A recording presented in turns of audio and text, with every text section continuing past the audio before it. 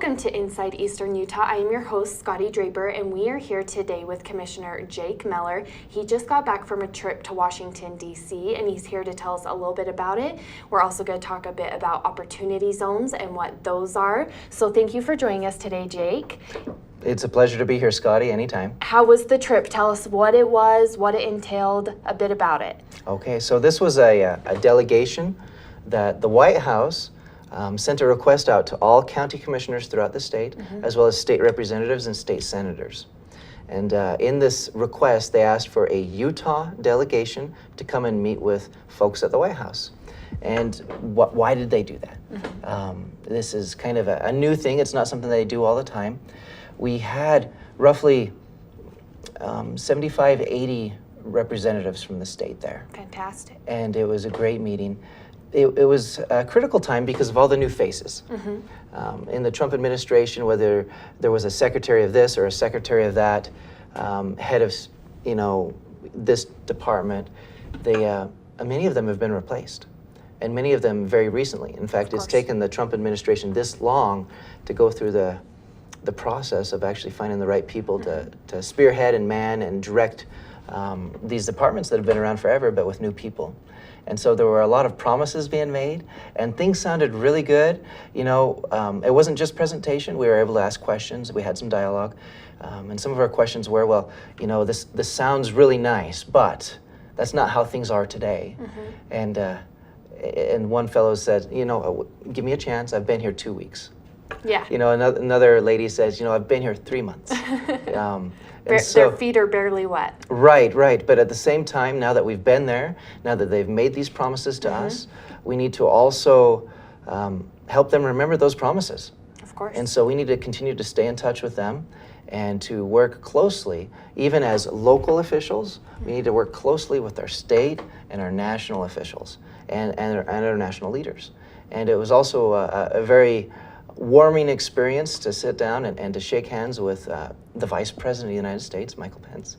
And so, never met the man before, but he is a very impressive person, and you can't help but just feel good and feel warm when you're in the room with him. Great. And what would you say the greatest takeaway is from that trip? The overall, amongst all the different departments that presented to us, the overall feeling is to give more powers back to the states and the local governments. Whether it be having our local sheriff's office be the lead when it comes to policing anything in our communities and our counties, to having some of these federal agencies in the future and soon to be future be relocated to the areas that they govern and sovereign, so that they actually have to live with the decisions that they make every day, instead of living in the concrete, city skyscrapers making decisions for public lands and such. So that's all very positive, and we're excited to see what comes out of it. I mean, you can't help but hope a little when you hear promises like that with an administration who really is making changes. Of course, and thank you for representing Carbon County in that. And I think another great thing that happened while you were there was a bit of dialogue between the other representatives from the state about opportunity zones. And a lot of people might not know what these are. Can you take us through what an opportunity zone is, what it means to this area? Yes, I can. In fact, one of the federal senators from back east has been quoted to have said that these opportunity zones will do more for these low-income and economically depressed areas than anything in history yet. And so that's encouraging. That's encouraging. What an opportunity zone is, and by the way, we were able to fight and get one opportunity zone tract designation within Carbon County. And it's pretty exciting because it's a vast area. And it includes most of what is Ridge Road and then east of the county. Okay. And then it also climbs up a little bit, including parts of Helper. And so we're very excited because now businesses will have an additional source of funding that are looking to locate within an opportunity zone. Now, on the other side of the coin, the investors are incentivized to put money into these areas, into businesses in an opportunity zone, because they're getting tax benefits. Okay. Now let's talk about these tax benefits. The tax benefits are what makes the opportunity zone stand apart from anything else ever that we've done. And when I'm talking about these investors, let's go really big for a minute.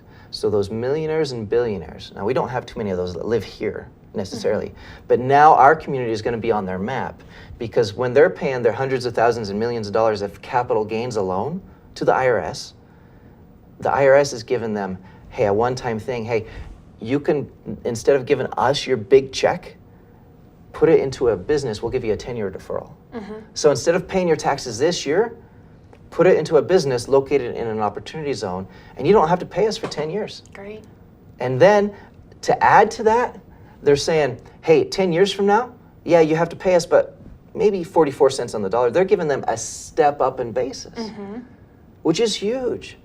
I mean, talk about a tax haven. Now, so this investor, they take their money, they're going to pay the IRS, they put it into a business. Well, that's an investment, right? So there should be a return, whether it's a debt play or an equity play. So if there's more capital gains from it, or interest dividends or anything like that, though that gain 10 years from now, well, normally you'd have to pay taxes on that, right? Well, that's actually 100% tax-free.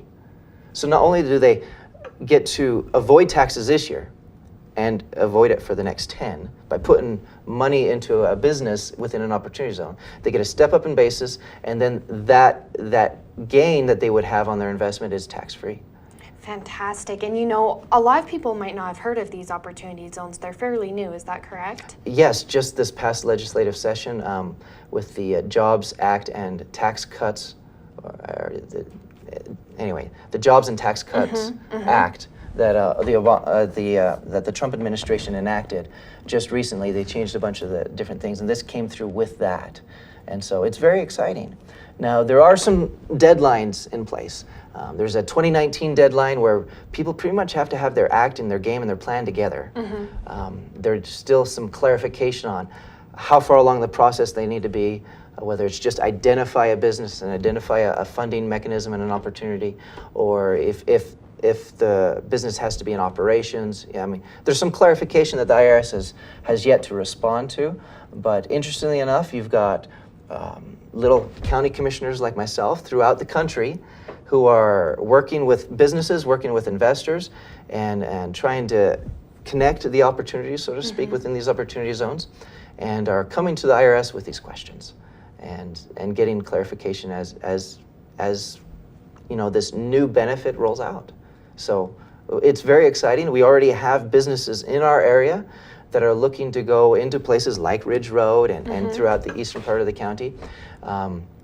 We'll eventually be able to list them on ideally some type of database so that we are more visible throughout the nation.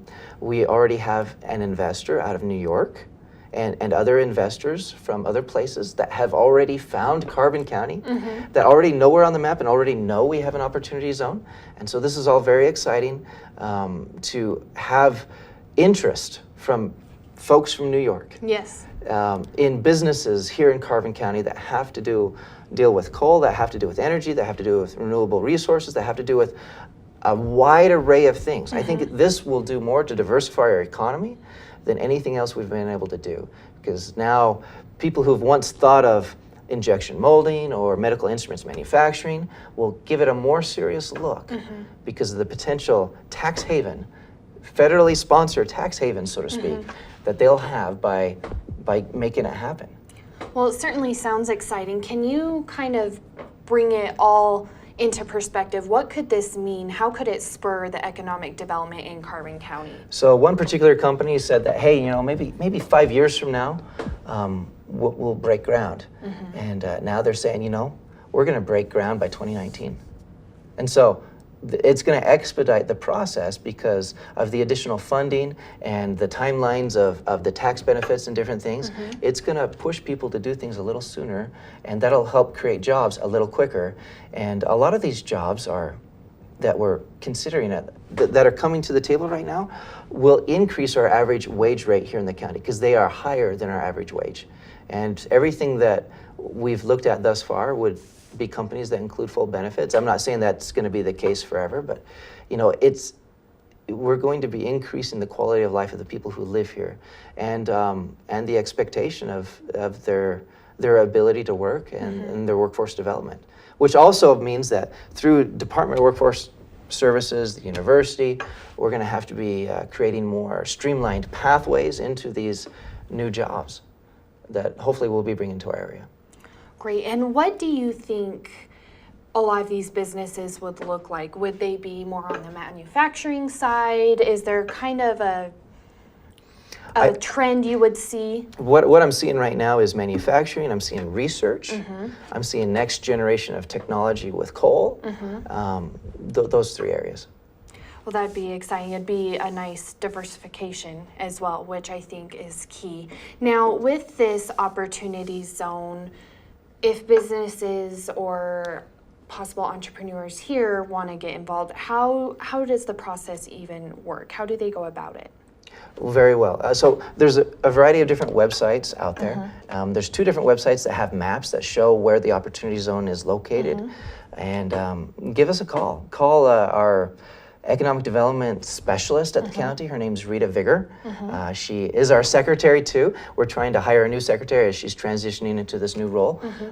Give us a call, and there's a number of people there at the county that can help you out. I can get involved, and we can definitely make sure that you have all the right connections so that you know how it applies to you, what you need to do. And again, the timeline of getting things underway is sometime here in 2019, so we got to get the ball rolling. Of course. Now, before we take a short break, is there anything else we want to touch on the opportunity zones before we let you off the hook? I think for more information, give the county a call. Call the commission secretary right now. The number is 435-636-3226. Great. Well, we're going to be back in a few minutes with more on Carbon County and some exciting things that are happening, so stay tuned. We'll be back on Inside Eastern Utah.